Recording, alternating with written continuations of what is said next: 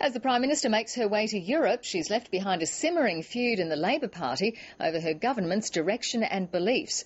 One of the ALP's most powerful union leaders says he's incensed that the party is allowing a debate on gay marriage. The right faction's Joe De Bruyn says the government is drifting. He says it's pandering to the Greens and risks losing the next election. Chief Political Correspondent Mark Simpkin. As the Prime Minister flew off into the sunset, she received a blunt, long-distance message. Don't embrace gay marriage. Marriage is actually a very important institution that we should be promoting. I think by having gay marriage, you tear the institution down even more. Joe De Bruyn is a powerful right-wing voice on the national executive, and while other heavyweights want a conscience vote on gay marriage, his warning of political oblivion. Labor is in danger of losing the next election if it is seen to be pandering to the Greens rather than occupying the middle ground. Which makes this split about more than marriage.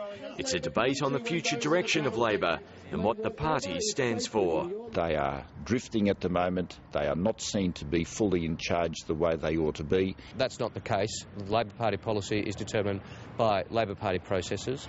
Those processes won't satisfy everyone. A separate union spoiling for a separate fight.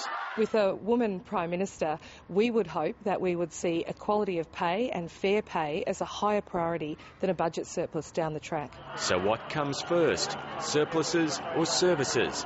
In its submission to a key test case, the government says it'll put the budget before higher pay for female service providers.